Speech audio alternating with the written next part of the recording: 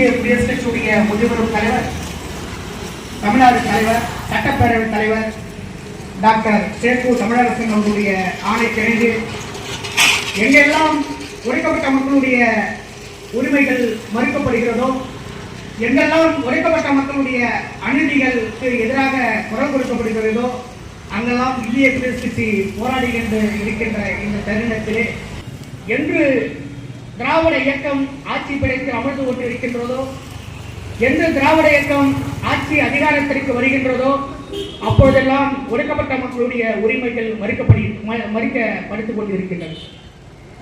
நீங்கள் எங்கு சென்றாலும் தினம் தினம் கலவரங்கள், கொள்ளை, கொலை, கற்பழிப்பு போன்ற சம்பவங்கள் நடந்தேறி வருகின்றன. பாலியல் பலாத்காரம், ஆக்கிரமிப்பு போன்ற எண்ணற்ற சம்பவங்கள் தமிழகத்திலே தினம் தினம் நடைபெற்றுக் கொண்டிருக்கின்றன.